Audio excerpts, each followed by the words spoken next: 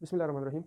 आज से हम एक नए सीरीज़ ऑफ लेक्चर स्टार्ट करेंगे और ये सीरीज़ ऑफ लेक्चर हमारे साइंसेस के होंगे, bio physics chemistry of class first year. So हम ये मेक श्योर करेंगे कि हम एक इसमें डे मिस ना करें। So from now on we are gonna start about today we are gonna start of physics lecture chapter number 1 measurement. इसमें जो हमारे पास इंपॉर्टेंट टॉपिक है वो हमारे पास है सप्लीमेंट्री यूनिट। तो सबसे पहले सप्लीमेंट्री यूनिट्स हमारे पास एक जो general conference of weight and measure जो हमारे पास एक इदारा था, उन्होंने हमारे पास उनने ये बताया कि हमारे पास जो सप्लीमेंट्री यूनिट्स हैं, यानी जो क्वांटिटीज़ होती है हमारे पास, ये हमारे पास ना बेस क्वांटिटीज़ में आ रही थी ना डिराइव क्वांटिटीज़ में। तो इन्होंने बताया कि ये एक अलग सा होगा हमारे पास यूनिट्स जो हमारे पास आएंगे ज्योमेट्रिकल क्वांटिटीज़ में। ज्योमेट्रिकल क्वांटिटीज़ हमारे पास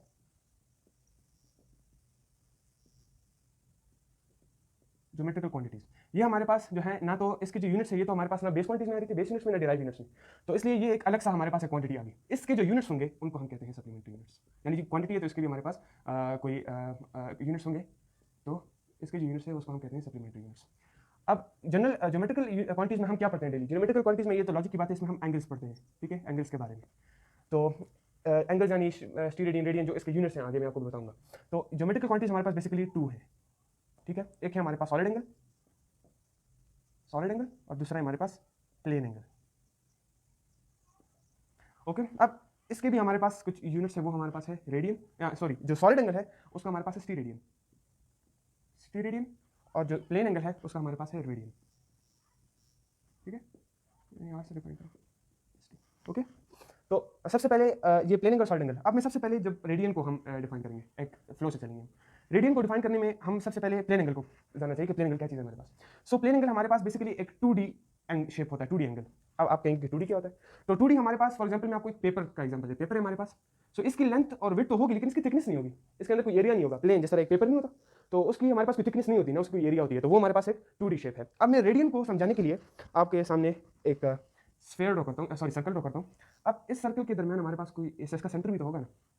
सेंटर से मैं यहाँ आउटलाइन तक मैं एक रेडियस ड्रॉ करता हूँ, ठीक है। ये हमारे पास एक रेडियस है। अब यहाँ से ये भी एक और रेडियस बन सकता है, रेडियस बन सकते हैं ना। तो ये हमारे पास 2 रेडियस है और इसके दरमियान जो ये जगह जो है ना, ये जो लेंथ है, इसको हम कहेंगे आर्क का नाम, इसको हम आर्क का नाम दे देंगे। और इसकी जो लेंथ होगी वो हमारे पास आर्क लेंथ कहलाएगी, ठीक है।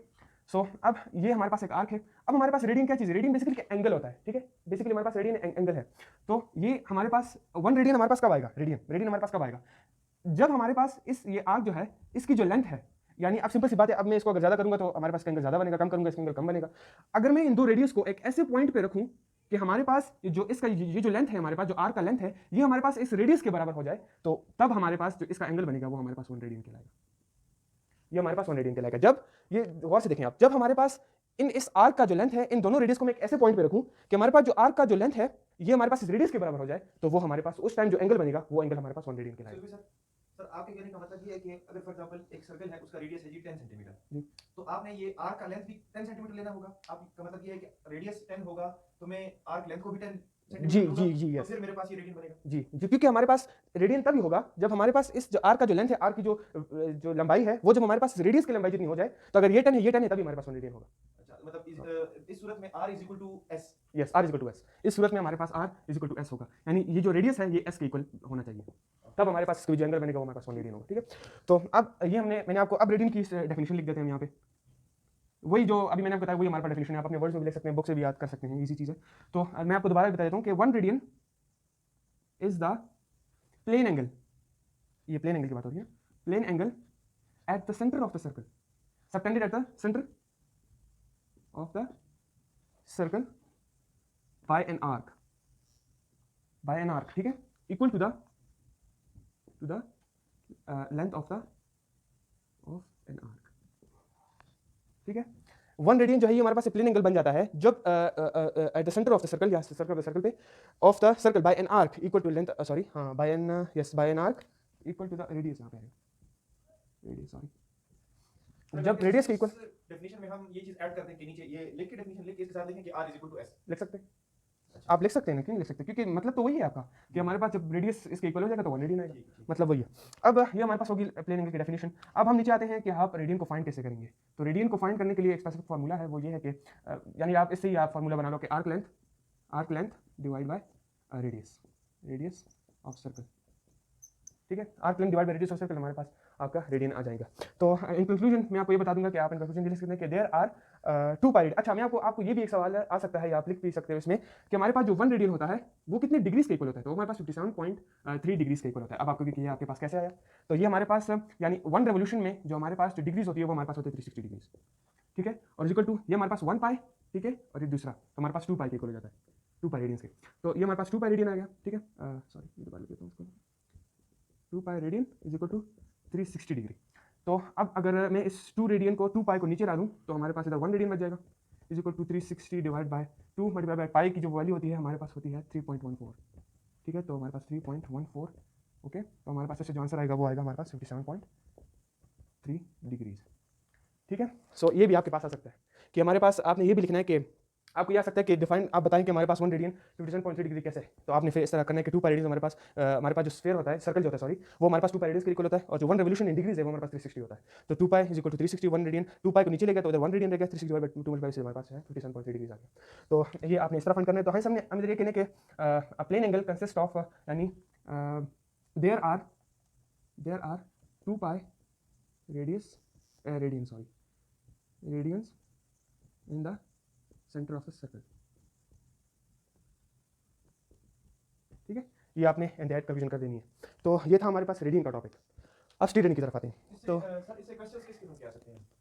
इससे क्वेश्चंस आपके ये इस तरह के आ सकते हैं कि यानी ये मैंने आपको एक बताया, और दूसरा आपको ये आ सकते हैं कि define supplementary units and short questions में सर आ सकते हैं, या लॉन्ग क्वेश्चन या एमसीक्यूज में आ सकते हैं। ये एमसीक्यूज में भी आ सकते हैं, यानी इस तरह के 1 रेडियन इज इक्वल टू कितने का, ठीक है। हाँ, और बाकी ये भी आ सकते हैं। और इसके जो क्वेश्चन शॉर्ट क्वेश्चन में ज़्यादा आते हैं कि आपको ये कहेंगे कि 1 रेडियन इज इक्वल टू, हाँ, कि आप define supplementary units and what are steradian radius, also define them. तो फिर उनको आपने ये सब कुछ लिखना है, ठीक है। सो अब मैं जो है ना इसकी तरफ आता हूँ, सॉलिड एंगल की तरफ, यानी स्टीरियन की तरफ आता हूँ। स्टीरियन इससे थोड़ा डिफरेंट है। ये वो दूसरे क्लासेस में साफ करेंगे सर। मैं ग्लव्स से ही साफ कर लेता हूँ, डिस्टर थोड़ा खराब है। Okay, I am sorry, market का थोड़ा मसला है, मैं I will buy new ones, लेकिन आज मैं गया था, लेकिन प्रॉब्लम बंद थी, टाइम पे नहीं गया था मैं। ओके, सो अभी आते हैं हम सॉलिड एंगल की तरफ। सॉलिड एंगल हमारे पास प्लेन एंगल से थोड़ा डिफरेंट है। सॉलिड एंगल हमारे पास 3D का होता है।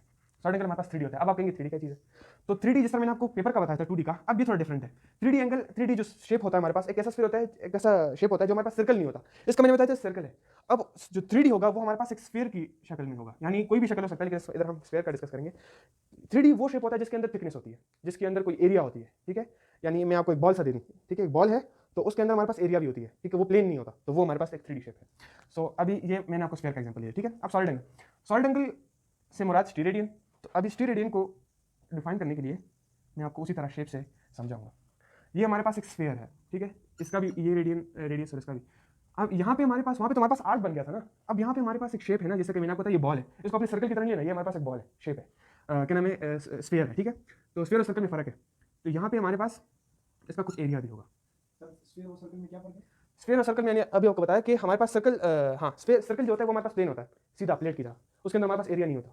और जो हमारे पास जस्ट लाइक ड्राइंग से भी ये देखो, मैंने आपको बता दिया, उस उधर जो मैं आपको सीधा बनाया था उधर हमारे पास एरिया नहीं बन रहा था, लेकिन यहाँ पे हमारे पास इधर एरिया बन रहा है, ठीक है। तो जिसमें एरिया हो, जिसकी कोई थिकनेस हो, वो हमारे पास जो है स्फीयर कहलाएगी, कोई स्फीयर कहलाएगी, ठीक है।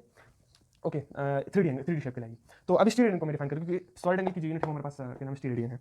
तो स्टीरेडियन, अब स्टीरेडियन को डिफाइन करके मैं आपको बताऊं कि इसी तरह हमारे पास 2 रेडियस है, लेकिन इसके बीच में हमारे पास आर्क नहीं बन रहा, जिस तरह हमारे पास प्लेन एंगल बन रहा है, इधर हमारे पास आर्क नहीं बन रहा, इधर हमारे पास एरिया बन रहा है, ठीक है।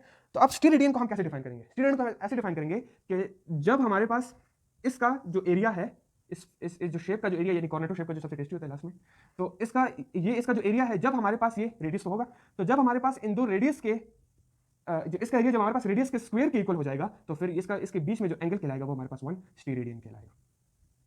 ओके, दोबारा से गौर से सुनिए। जो कंडीशन बनी, ये मतलब आप कहना चाहते हैं कि r is equal to area, ये नहीं होगा स्टीरेडियन। आप कहना चाहते हैं कि r स्क्वायर लेंगे, आर स्क्वायर, यानी इन दोनों की जो मिलाप है उससे हमारे पास आर स्क्वायर बन जाएगा। 2 आर है तो आर स्क्वायर ही बनेगा ना, मल्टीप्लिकेशन से r square. Yes, multiply r square बन जाएगा। तो जब इसका जो एरिया है, जब ये दोनों रेडियस एक ऐसे पॉइंट पे हो और इसका जो रेडियस का स्क्वायर हो, इसका जो एरिया है, इस एरिया, जब ये एरिया हमारे पास इस रेडियस के स्क्वायर के इक्वल हो जाएगा, तो उसके बीच में जो हमारे पास एंगल होगा वो हमारे पास स्टीरेडियन कहलाएगा। यहाँ पे हम फॉर्मूला क्या लिखेंगे? फॉर एग्जांपल हमने वैसे अपनी समझ के लिखना हो तो हम क्या कहेंगे कि r square is equal to area. हाँ, R square is equal to area of जो स्फीयर, हाँ स्फीयर लिखना है आपने, क्योंकि यहाँ हमारे पास हम स्टीरेडियन को डिस्कस करें जो 3D एंगल है। तो ये आपने एक डेफिनेशन में भी एंड के टाइम पे आप लिख सकते हैं, अच्छी बात है, मैं बनाएंगे आपको। तो अब 1 स्टीरेडियन को हम अभी डिफाइन करते हैं। तो स्टीरेडियन जो है ना, द सॉलिड एंगल, क्योंकि हम एंगल की बात कर रहे हैं, the solid angle subtended at the centre of sphere.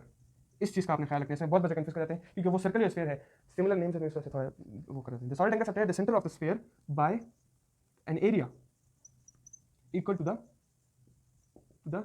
Square of radius of sphere. ठीक है, वही बात है जो मैंने आपको अभी डिफाइन की, वही बात है जो मैंने आपको अभी एक्सप्लेन की। लेकिन आप अपने लफ्ज में लिखो, कोई कुछ नहीं। सर इसी स्फीयर का एरिया इसी स्क्वायर के आर स्क्वायर के बराबर होगा। जी। This will be known as this will be known as one straight radian. उसके बीच में जो एंगल है, याद रखिए हम एंगल की बात कर रहे हैं, ठीक है, एंगल की। तो द सॉलिड एंगल, उसमें आप ये लिख सकते हैं the plane angle subtended at the centre of an arc. अब इसमें आपने सॉलिड एंगल की बात करनी है। The solid angle subtended at the centre of the sphere, इसमें बहुत बच्चे लिख देते हैं कि सर्कल लिख देते हैं, तो फिर वो सेंस नहीं बनता। तो आपने स्फीयर लिख देना बाय एन एरिया, उधर आर्क था, यहाँ पे एरिया है, डिफरेंस है। By an area equal to the square of radius, तो भी area square of radius area को की भी जरा सर्कल कर लेंगे। हाँ, एक इधर है एरिया, ठीक है। ये चीज़ें डिफरेंट करनी है आपने डेफिनेशन में, ठीक है। तो अब इसकी वही सेम, इसका अभी वन स्टी रेडियन आप कैसे फाइंड करेंगे? तो steradians is equal to area of sphere divide by square of radius r square, वही की बात है, ठीक है। इससे आप जो है ना हमारे पास स्टी रेडियन को आप फाइंड कर सकते हैं। अब हमारे पास आपने ये बात माइंड में रखनी है कि हमारे पास जो ये प्लेन एंगल में हमने जो बात की थी, वहाँ हमारे पास 2 पाई रेडियंस होते हैं अबाउट 1 रेवोल्यूशन, वो सर्कमफ्रेंस वो सर्कमफ्रेंस की बात हो रही है। यहाँ पे जो सर्कमफ्रेंस की बात होनी है, यहाँ पे आपने लिखना है 4 पाई रेडियन, 4 पाई रेडियन नहीं, 4 पाई स्टी रेडियन, ठीक है। ये बस आपने एक माइंड में रखनी है ना, ये एक आप ऐसे की है, ठीक है। तो उधर 2 पाई रेडियन के इक्वल होता है हमारे पास, यहाँ पे हमारे पास 4 पाई स्टी रेडियन के इक्वल होता है, ठीक है। तो वही आपने जो है ना 4 पाई जो है ना 4 पाई आर स्क्वायर हो जाएगा डिवाइड बाय आर स्क्वायर, तो r square cut equal to 4 pi, हमारे पास 4 पाई स्टी रेडियन के इक्वल हमारे पास जो है आ जाता है।